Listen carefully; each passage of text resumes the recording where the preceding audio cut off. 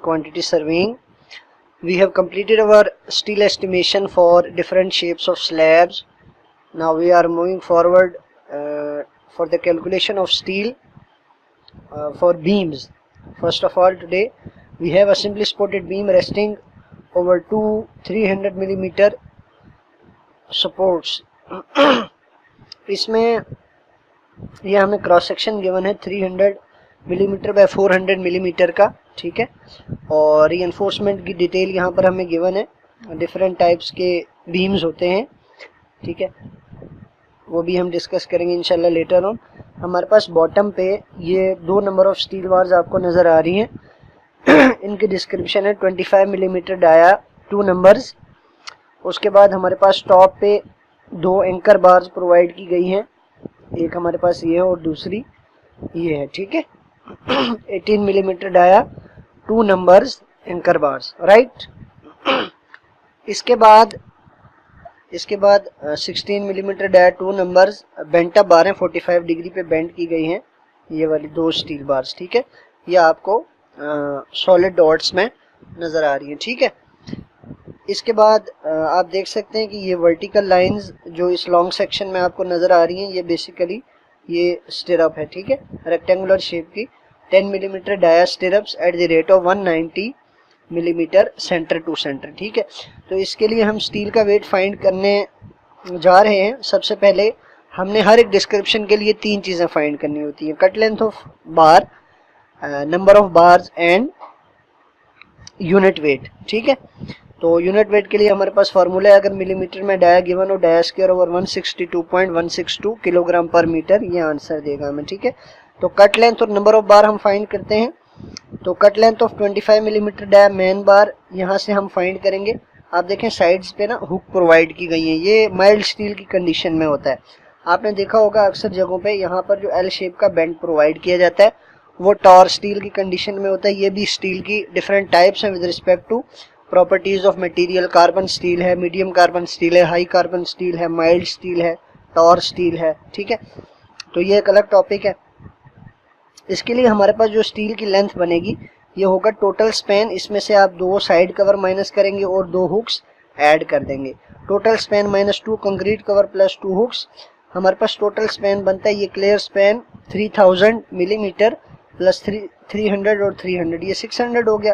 तो 3600 millimetre -2 cover हमारे पास beam की कंडीशन में 25 मिलीमीटर तक होता है, ठीक है, प्लस 2 9D, ठीक है, 2 टाइम्स 9 इंटू डाया 25। हमारे पास 4 मीटर इसकी लेंथ आ गई और नंबर ऑफ बार्स कितनी है, 2 नंबर्स हैं, ठीक है। अब हम चलते हैं एंकर बार की तरफ। उसके लिए फॉर्मूला यही होगा, जस्ट यहाँ पर डाया चेंज होगा। ये आप देख सकते हैं cut length of 18 millimetre dia anchor bar. Formula हमारे पास वही है, total span -2 cover plus 2 hooks, total span 3600 -2 cover of 25 millimetre each side plus 2 into 9 times diameter of 18 millimetre as per description given in the drawing. तो length आएगी हमारे पास cut length इस steel bar की 3.87 मीटर और ये भी 2 number of bars हैं। इसके बाद cut length of 16 millimetre dia bent up bar at the rate of 45 degree inclination angle. तो उसके लिए हमारे पास जो एडिशनल लेंथ आएगी वो आएगी 2 क्रैंक्स की, 0.414 होता है, ठीक है। तो ये मैं भी डिफाइन करता हूँ, ये 328.5 मिलीमीटर कैसे आया। टोटल स्पैन -2 कवर, तो ये स्ट्रेट लेंथ आ जाएगी, इसमें आप ऐड करेंगे 2 हुक्स और 2 क्रैंक्स ऐड कर देंगे, 2 टाइम्स 0.414 इंटू 328.5 मिलीमीटर, तो लेंथ आ गई 4.11 मीटर। नंबर ऑफ बार्स कैसे आएंगी ये हमें गिवन है, ठीक है, 2 number of steel bars. Crank के लिए 0.414 H की वैल्यू कैसे आएगी, इस 400 में से आप माइनस कर देंगे 2 कंक्रीट कवर टॉप और बॉटम का 25 मिलीमीटर, बोथ साइड तो 50 हो जाएगा। बॉटम स्टील बार का हाफ डाया 12.5 इधर से माइनस करेंगे और टॉप से आप 9 माइनस करेंगे, ठीक है। यानी कि 400 -25 -25 -12.5 -9, तो आपके पास जो H की वैल्यू है 328.5 ये आ जाएगी। उसके बाद हमारे पास नेक्स्ट जो डिस्क्रिप्शन है वो है स्टिरअप। तो स्टिरअप के लिए हमने ये लेंथ फाइंड करनी है। बेसिकली ये रेक्टेंगल का पेरीमीटर है, तो 2 इंटू लेंथ प्लस H क्यों है, चूंकि ये हम क्रॉस सेक्शन देख रहे हैं तो इसमें ये हमें ब्रेड्थ गिवन है और ये हाइट है, ठीक है।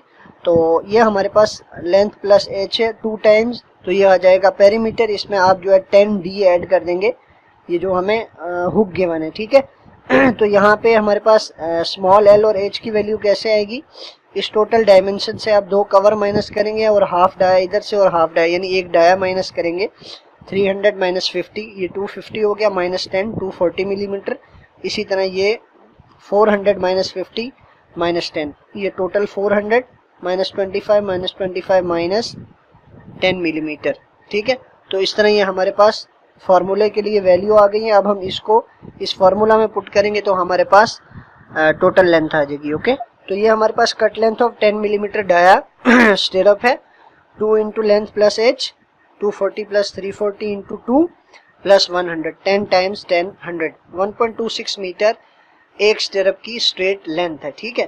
तो नंबर ऑफ बार्स कितनी होंगी, नंबर ऑफ बार्स होंगी हमारे पास या नंबर ऑफ जो स्टिरअप्स होंगी वो हमारे पास आएंगी total Spain minus 2 concrete cover.